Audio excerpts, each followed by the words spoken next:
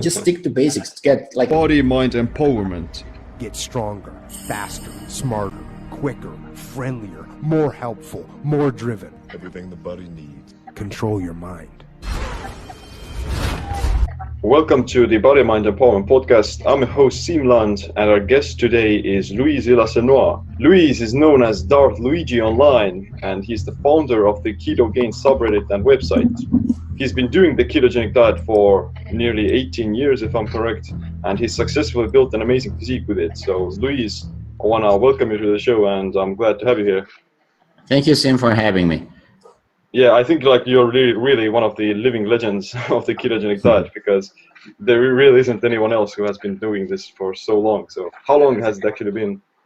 Yeah, you got it right. About 18 years now, consistently. Of course, people always ask me if I haven't eaten a carb in 18 years. Of course, I do have like some deviations. It's normal. It's very much like someone who is not doing keto will probably do keto 5-6 days in a year. I also go out of keto on average, I'd say 5-6 days in a year, and very much on purpose. Like I want to eat some chocolate cake or whatever. Yeah. Like if the occasion really is worth it, I may go out of keto for a meal. Basically, not really. It's not something that I go for a whole week, just for a single meal. Yeah. But you still kind of maintain, let's say, a state of nutritional ketosis almost all the time, basically. Exactly. Yeah, that's basically my way of life. That's cool. So what got you into ketosis? Very much I did it at first without knowing that it was actually ketosis. I was more so trying to follow a classic bodybuilding cutting diet, which as most people already know is just eating super low carb in the way that you don't eat starches. You eat lots of green vegetables. You eat protein, basically broccoli and chicken, rice, right? No rice, just broccoli and chicken. Yeah. Trying to find out more the science behind it, and I started reading about the ins and outs, the whys and hows, and I started a little bit of research on internet. At the time, we didn't have Reddit, and so I'm talking about late 1999, 2000, and there were bulletin boards, and there was a bulletin board regarding bodybuilding. And there was one particular, I don't even remember the name, it was very much like IRCC chat, where even Lyle McDonald participated. So at the time he was finishing or had just finished his book, The Ketogenic Diet. And I remember that someone pointed me to that book, which was very basically the Bible, or in my heart, it's the Bible of a ketogenic diet for recomposition purposes. And that's what got me into keto. Yeah, that's you're so correct in the sense that keto has become very popular within the last few years only, and before that you really had to dig very deep into finding out the information of how to do it, and exactly. people were even skeptical about whether or not you can build muscle. And when you showed up in the scene of, whoa, I've been doing it for like 12 years, and then people were like, okay, maybe there is something there that can actually work. So how did you see your performance change after the first periods of starting keto? It's quite funny, even like because I didn't really start with some precognition or preconceptions.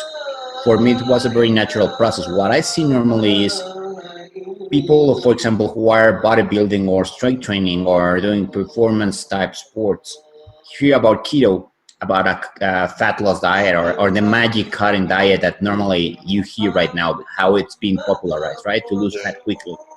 So, but they also hear the negatives of it, that you're going to lose strength and power. So they come already with this mindset. So it becomes a self-fulfilling prophecy. Yeah. Whereas in my case, I was already sort of doing a low-carb diet. I've always eaten sort of a paleo protocol. From my grandfather's side of the family, he's a hunter, and he's also a farmer in a way. He loves to do things for himself as a hobby. So he goes and hunts as a hobby. He plants the food he eats as a hobby.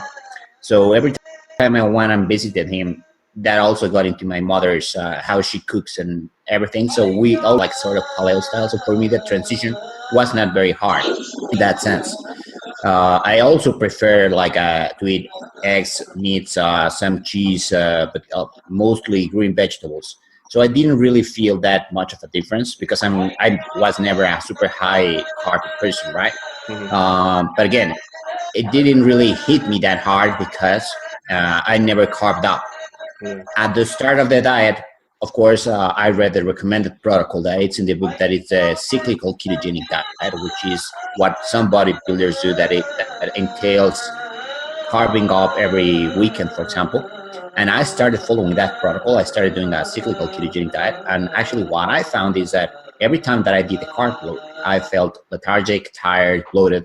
So it was a feeling that I didn't like, but I had to do it because the book said that I had to do it, that I needed the carbs and the glucose to actually build muscle. I never liked the feeling. When I transitioned to the carb load, of course, then I felt tired and sluggish, etc. And then when I transitioned back into keto, that's when I felt energetic. So yeah, maybe I lifted a little bit more when I had more carbs in, but probably also due to the calories and the extra calories ingested, etc. But again, it's something that I didn't like. So what happened in my case is that I started to space more the carb loads. First, I was doing them every week as the book suggested. Then I was doing them probably every 2 weeks. Then every like once a month. Then I probably just forgot about it, and I said I don't really need them. I'm not lifting more with carbs. I'm performing great without them. I don't feel tired, etc., etc., etc. With some adjustments that I did, and also of course another version of the carb load, which is called targeted ketogenic diet, which is the one I really use and I suggest to some clients, which is basically just adding a few extra carbs before training. And when I say few, I'd say between 5 up to 15 for average persons. Some high-end athletes may, of course, need a little bit more or much more, depending on the type of sports and duration of it. But again, I felt that I really didn't need them, and my performance really didn't suffer. So I just decided to not add them in any way.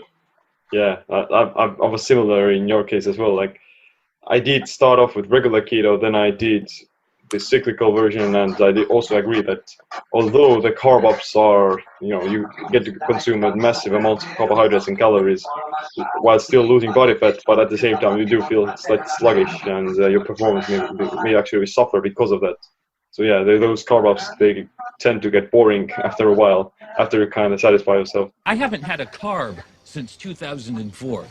When did you start the Keto Janes subreddit?